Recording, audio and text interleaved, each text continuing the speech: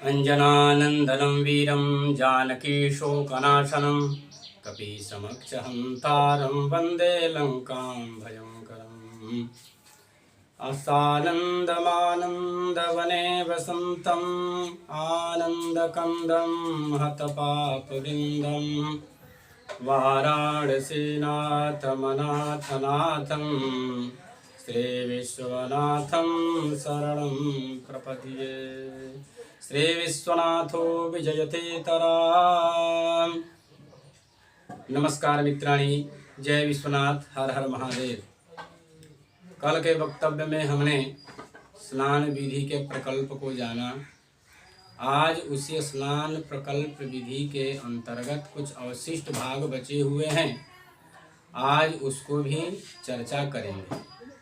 साथ ही साथ एक मज़े की बात है कि हमको एक वीडियो प्राप्त हुआ है। कोई विक्षिप्त महिला है जो स्नान के बारे में बता रही है। हम आपको दिखाएंगे, आप उसको देखिए और सुनिए। इस तरह की महिला कैसे समाज में अनाचार फैला रही है और मनमाने ढंग से उपदेश कर रही है। यह विक्षिप्त महिला जो है कहीं की है और बहुत ही गलत तरीके से लोगों को मोटिवेट करती है और कुतर्क के सहारे अपना तर्क सिद्ध करना चाहती है। 1 मिनट का यह वीडियो है, आप सुनिए। क्या बिना कपड़ों के नहाने से पितृ और देवता नाराज हो जाते हैं? अच्छा, एक बात बताओ, तुम गंदे बर्तनों को पन्नी डाल के मांजते हो क्या? या जो तुम्हारे पशु होते हैं या गौ माता होती है उनको कपड़ा डाल के नहलाते हो? या तुम ऐसा तो नहीं अपनी मोटर बाइक और गाड़ी को भी कवर डाल के साफ करते हो? नहीं ना। तो ये शरीर भी तो चेतना का वाहन है। पहले लोग नदी में या हैंडपंप पे नहाया करते थे, तो बोल दिया जाता था कि आप एक वस्त्र लपेट करके, या लेडीज को कहते थे पेटीकोट चढ़ा करके आप नहा लीजिए। आज आप अपने घर में बंद बाथरूम में नहा रहे हैं तो प्रॉपरली हाइजीन से अच्छे से नहाइए ताकि आपको किसी प्रकार का कोई इन्फेक्शन ना हो। आप कहते हो कि पितृ देख रहे हैं, आप कहते हो कि पानी के देवता वरुण देव देख रहे हैं या अन्य देवी देवता देख रहे हैं नहाते हुए, तो जब शुशु पॉटी करते हो आंख बंद कर लेते हैं, वो भी तो करते हो ना। इन सब बिना सर पैर की बातों के कारण ही 60% महिलाओं को और 12% जेंट्स को यूटीआई यानी कि यूरिनरी ट्रैक्ट इन्फेक्शन, पेशाब में जलन होने की समस्या होती है। इस विक्षिप्त महिला के बारे में क्या कहा जाए? एक तो यह अपने मुंडी करवा कर उत्कच बनी हुई है और दिखावा कर रहे कि हमने अपने श्रृंगार को, अपने प्रिय वस्तु को त्याग दिया है, जबकि शास्त्रों में महिला को केस कटवाना ही नहीं चाहिए। यदि वह फैशन के लिए केस कटवाती है तो वह पापिनी है, दुराचारिणी है।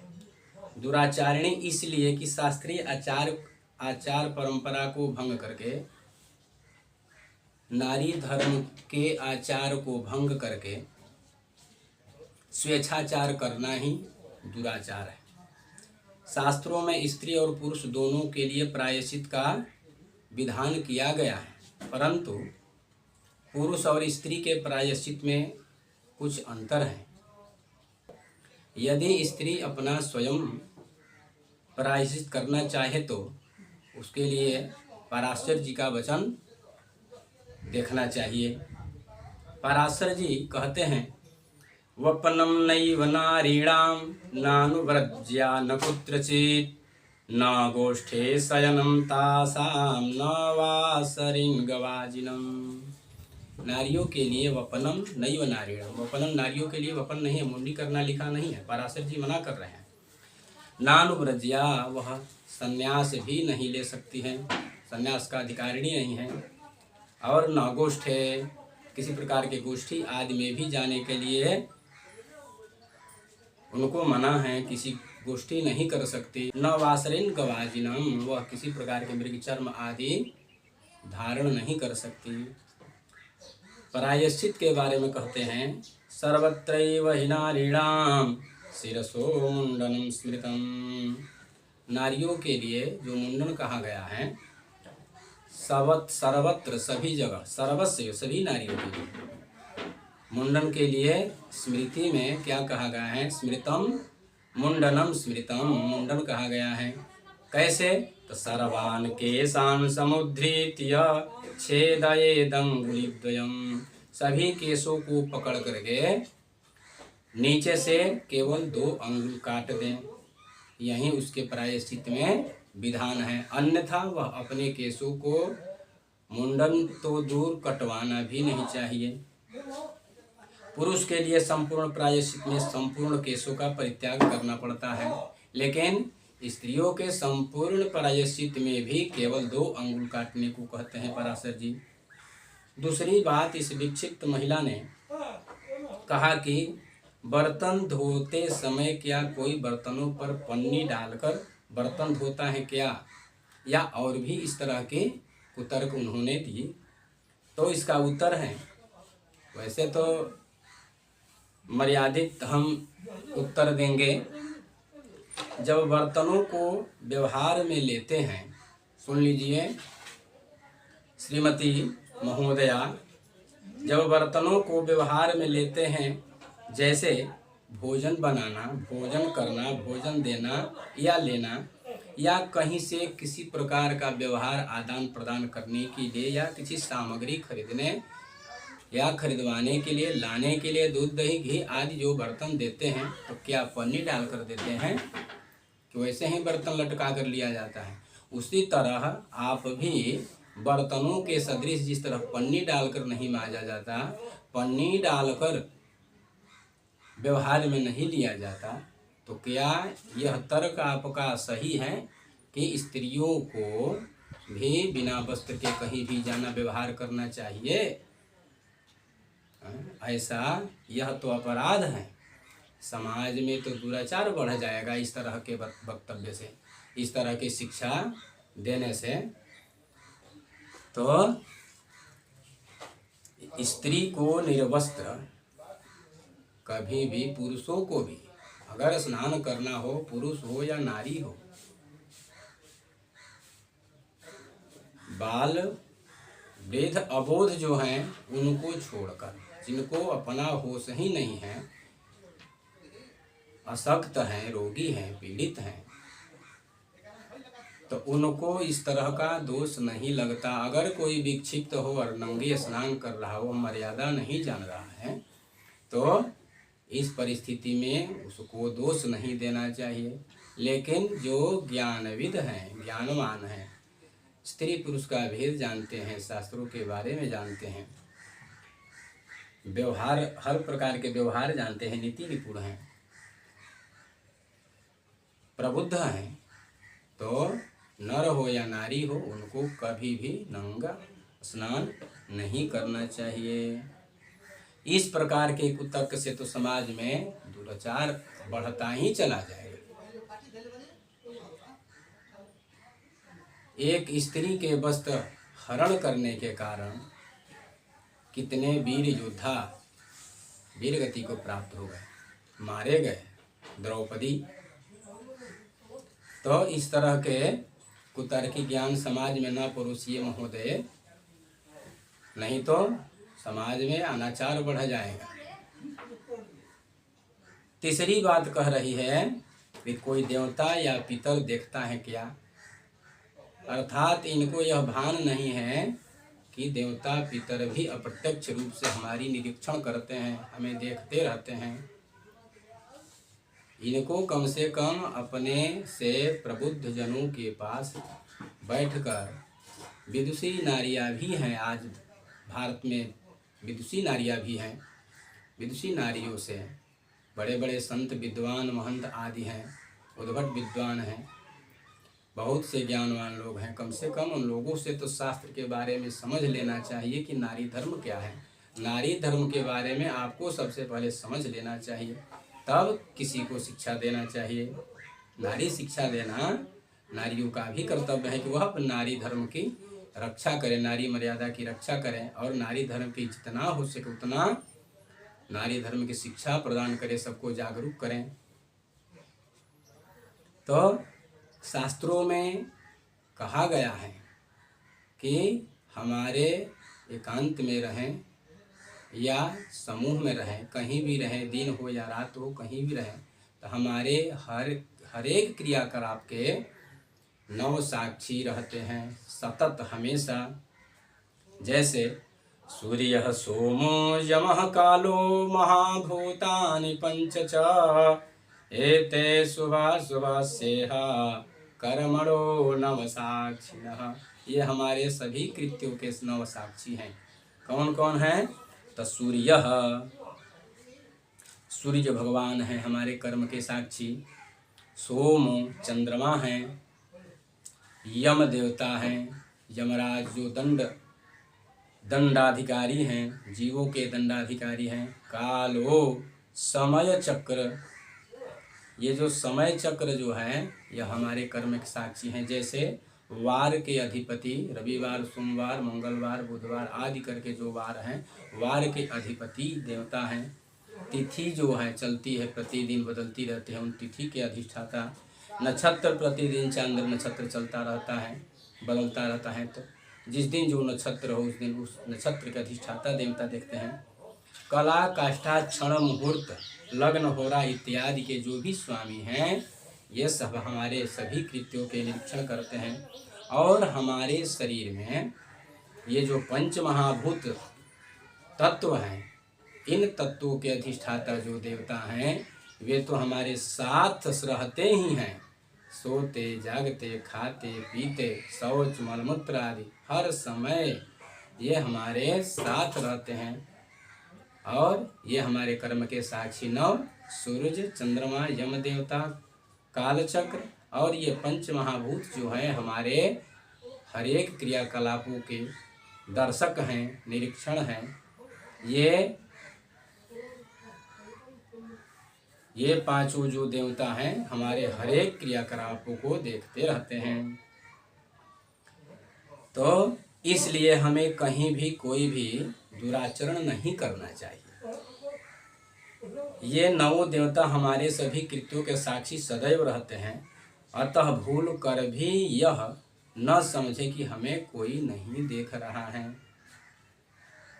इसलिए निर्वस्त्र स्त्री हो या पुरुष हो, इनको कभी स्नान नहीं करना चाहिए। शास्त्रों में निर्वस्त्र शयन का भी निषेध है। वस्त्रहीन होकर शयन भी नहीं करना चाहिए। मनुस्मृति, कुर्म पुराण, पद्म पुराण, बौधायन स्मृति, सुश्रुत संहिता, चरक संहिता, स्कंद पुराण, महाभारत, अग्नि पुराण, विष्णु पुराण, वामन पुराण इत्यादि इन सभी धर्म ग्रंथ प्रभृतियों में उल्लेख हैं। न नग्नः स्नानमाचरे, न नग्नः स्नायात्, नावगाहो दपो नग्नः, नावगाहे दपो नग्नः, न नग्नः प्रविशेत जलम, नग्न होकर जल में नहीं प्रवेश करना चाहिए। नग्न स्नानम न कुर्वीत, न नग्नः स्नातुमर्हति, न नग्नः कर्हिचित् स्नायात्, न स्नायात् न स्वपेत नग्नः, अर्थात न नग्न स्नान करे न नग्न सोवे। न च स्नायीत वै नग्नो न सईत कदाचन, न नग्न स्नान करे और न सोवे। इतने सारे धर्म ग्रंथों में नग्नता का, नग्न स्नान और नग्न शयन का निषेध किया गया है। और इतना शास्त्र में सूत्र, ज्ञान के सूत्र, हमें आचार विचार के लिए मार्ग प्रशस्त करने वाले सूत्र भरे पड़े हैं। फिर भी मूर्खों को क्या कहा जाए जो इस प्रकार के समाज में कुरीति को बढ़ावा दे रहे हैं। यह महामूर्खता है।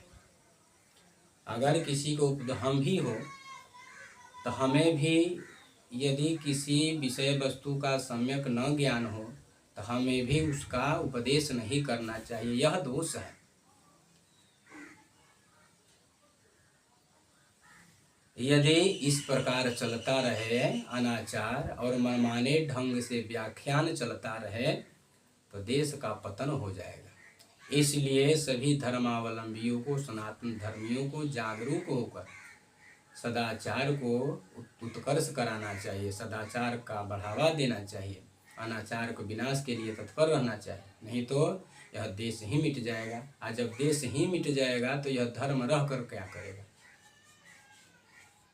धर्म ही देश है और देश ही धर्म है। राष्ट्रो धर्म धर्मो वही राष्ट्र, ये दोनों एक ही हैं, अलग नहीं हैं। तो महापुरुषों ने कहा है यत्र स्त्रीणाम दुराचार राज्ञः धर्मध्वजी भवेत्, जहाँ स्त्रियों का दुराचरण चरम पर हो या स्त्रियां दुराचारिणी हो, राज्ञः धर्मध्वजी भवेत्, राजा धर्मध्वजी हो, धर्म के ध्वंस करने वाले हो, धर्म के दूषक हो, धर्म के निंदक हो, या धर्म का मुखौटा ओढ़कर अपना स्वार्थ सिद्ध करना चाहता हो, ये धर्मध्वजी के लक्षण हैं। तत्र दुर्भिक्षता राष्ट्रे, उस राष्ट्र में दुर्भिक्ष अकाल पड़ जाता है। शीघ्रम राष्ट्र विनश्यति, उस राष्ट्र का शीघ्र ही विनाश हो जाता है। इसलिए हम जिस देश में हैं, जिस धर्म में हैं, सनातन धर्म में हैं। सनातन धर्म अनादिकाल से, जब पृथ्वी नहीं थी तभी सनातन धर्म स्थिर था। पृथ्वी का निर्माण हुआ तो पुनः सनातन धर्म अपना यहाँ पहला कदम सनातन धर्म पुरुष रखे। सनातन धर्म का कभी लोप नहीं होता है। ये सारी प्रकृति मिट जाएगी, ईश्वर अपने इस सारी विभूति को समेट लेंगे, लेकिन ये जो सनातन धर्म है यह समेट नहीं पाते। क्यों? कि वह भी सनातन धर्म स्वरूप भगवान है। अपने को कहाँ समेटें? अपने जल सैया से सैया में गहरी निद्रा में विश्राम करने लगते हैं।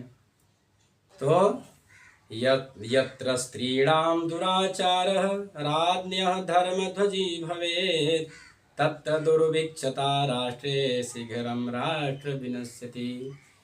जहाँ जिस देश में, जिस स्थान पर या जहाँ के स्त्रियों में दुराचरण हो और राजा धर्मध्वजी हो, धर्माभासी हो, धर्म का मुखौटा पहनकर अनाचार करता हो, अपना स्वार्थ सिद्ध करता हो, इस प्रकार के राजा के रहने पर देश का शीघ्रम विनश्यति, देश तुरंत रसातल को चला जाएगा।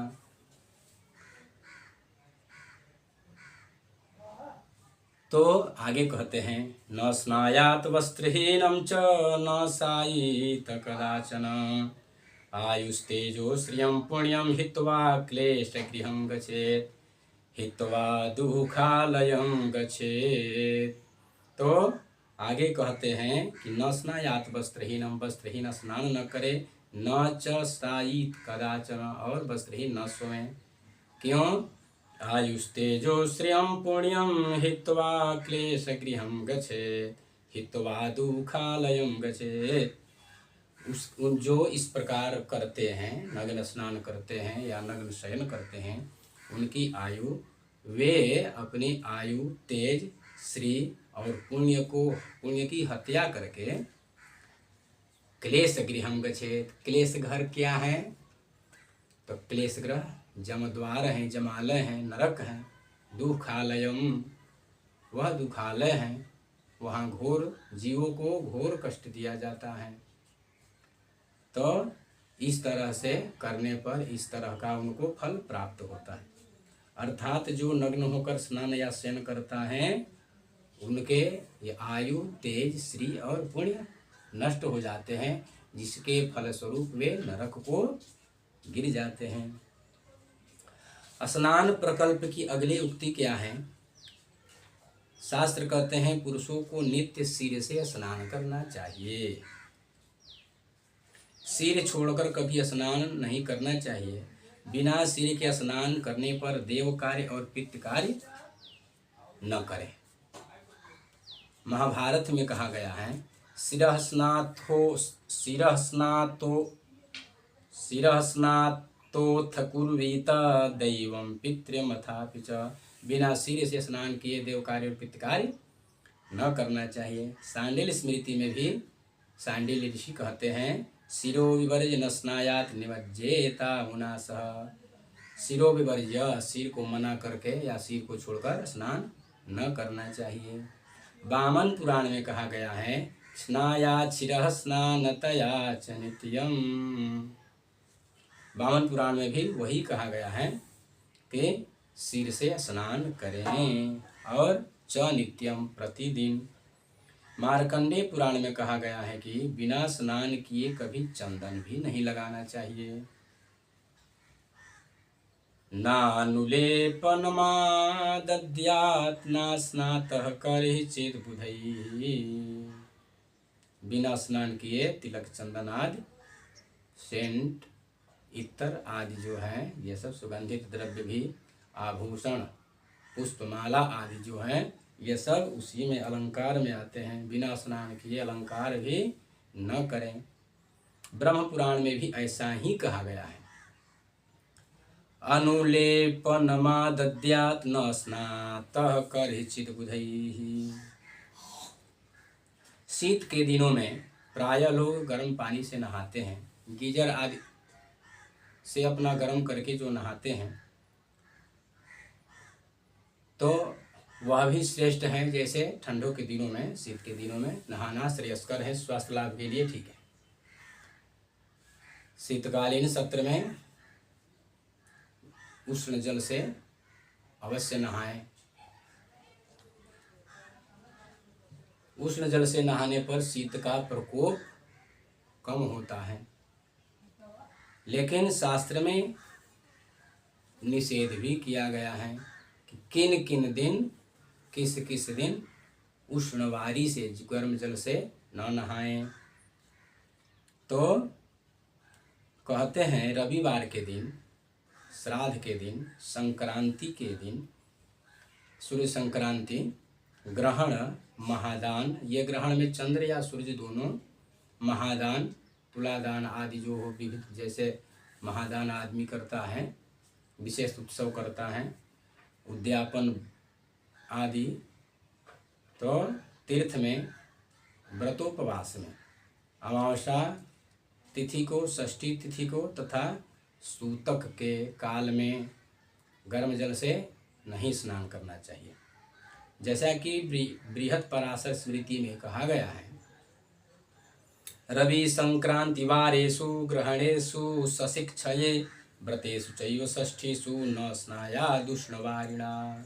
रविवार, संक्रांति, ग्रहण और अमावस्या, व्रतोपवास के दिन, षष्ठी तिथि को उष्ण जल से, गर्म जल से न नहाएं। शिव पुराण में भी ऐसा ही कहा गया है। रवेर दिने तथा श्राद्धे संक्रांतौ ग्रहणे तथा महादाने तथा तीर्थे उपवास दिने तथा अशौचेप्यथवा प्राप्ते न स्नायाद् उष्णवारिणा। रवि, श्राद्ध, संक्रांति, ग्रहण, महादान, तीर्थ, उपवास, सूतक, अशौच अवस्था में, अमावस्या, इन समयों में, इन कालों में, ये शास्त्रों में जो बताए गए हैं, इन दिनों गर्म जल से न नहाएं। इस सूत्र को जानकर हमें इन समयों में गर्म जल से मना ही कर देना चाहिए। अब कहते हैं, एक बहुत सुंदर वचन आया है। इस वचन में यह वचन बहुत ही महत्वपूर्ण है और बहुत ही कल्याणकारी है, मंगल को देने वाला है। दोनों पक्षों की एकादशी को आंवले से स्नान का बहुत बड़ा लाभ बताया गया है। पद्म पुराण में कहा गया है कि जो इन दोनों कृष्ण और शुक्ल पक्ष की एकादशी तिथि को आंवले से स्नान करता है, उसके सभी पाप नष्ट हो जाते हैं तथा वे विष्णु लोक में सम्मान पाते हैं। पद्म पुराण तो साक्षात मुक्ति के मार्ग ही बता दिए, प्रशस्त कर दिए। अतः तत्परता पूर्वक, ध्यान पूर्वक और स्मरण करके निश्चित ही इन दोनों एकादशियों के दिन अवश्य ही आंवले से स्नान करें। सुनिए पद्म पुराण का वचन क्या कहते हैं। एकादश्याम पक्ष युगे धात्री स्नानम करोति यः सर्व पापक क्षयम याति विष्णुलोके महीयते। जो दोनों एकादशियों को आंवले से स्नान करके व्रताचरण करें तो वे अपने सभी पापों का विनाश करके विष्णु लोक को चले जाते हैं।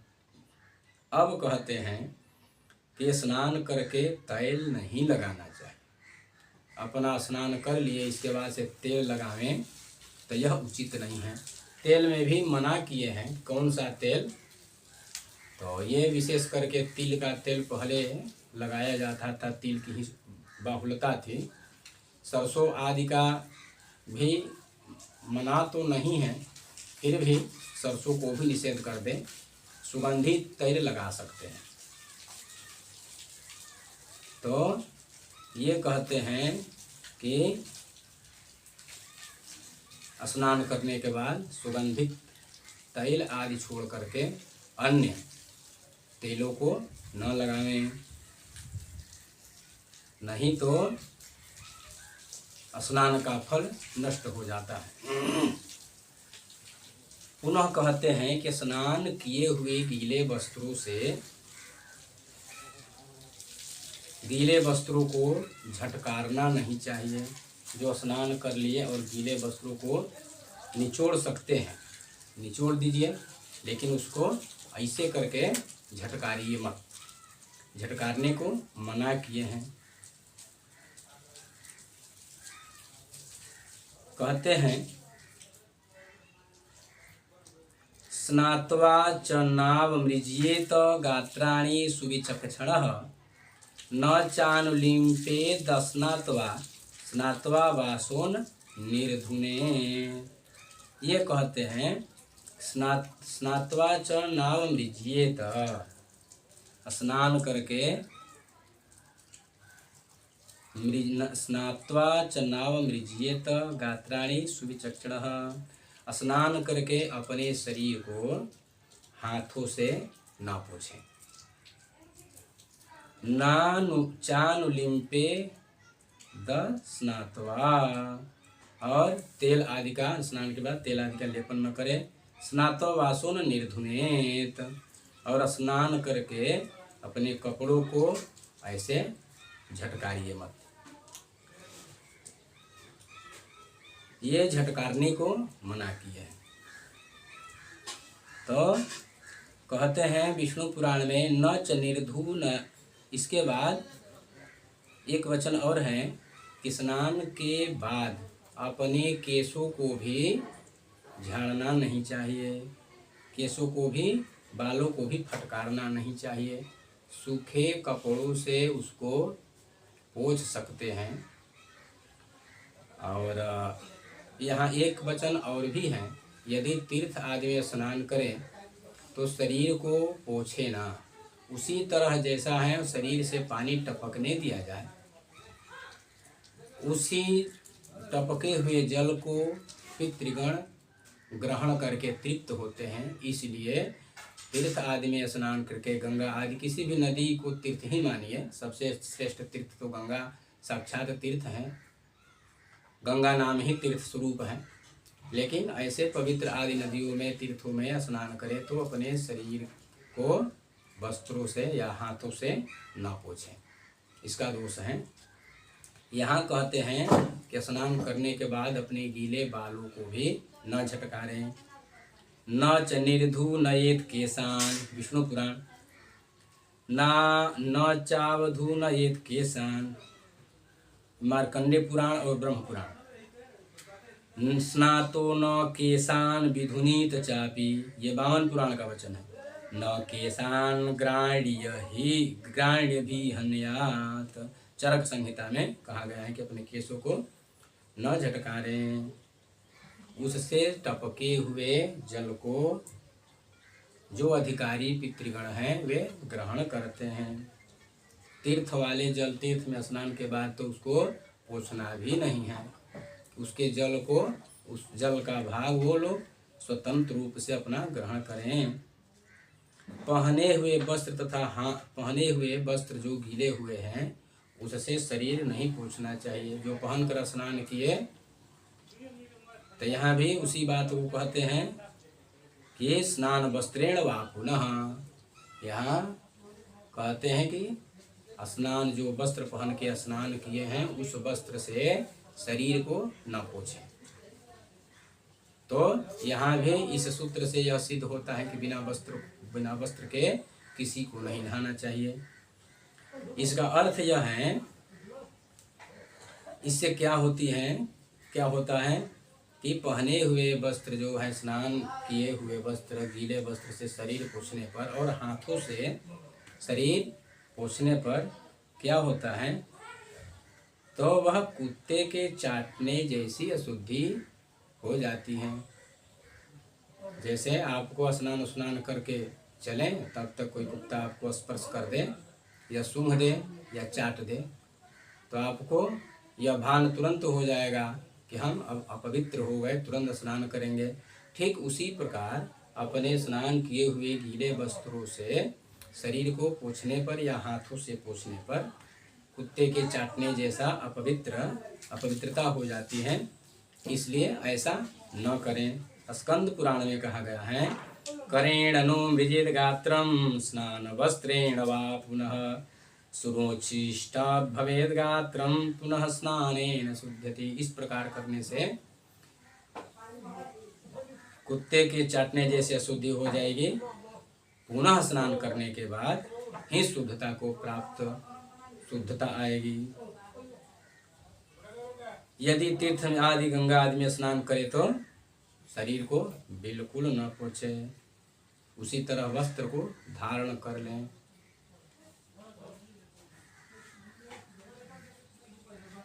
द्विज जो है, ब्राह्मण क्षत्रिय वैश्य, अब तो सिखा रखना प्रायः क्षत्रिय वैश्य तो सिखा नहीं रख रहे हैं, ब्राह्मण भी सिखा नहीं रखते और सिखा का कोई उनको प्रमाण ही नहीं है। शर्म से या जो भी हो सिखा रखना ही छोड़ दिए हैं।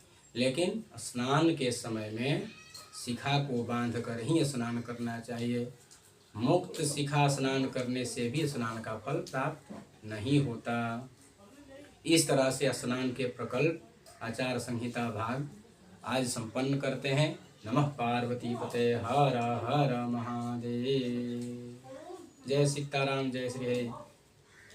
हम सबका आप सबका दिन मंगलमय हो।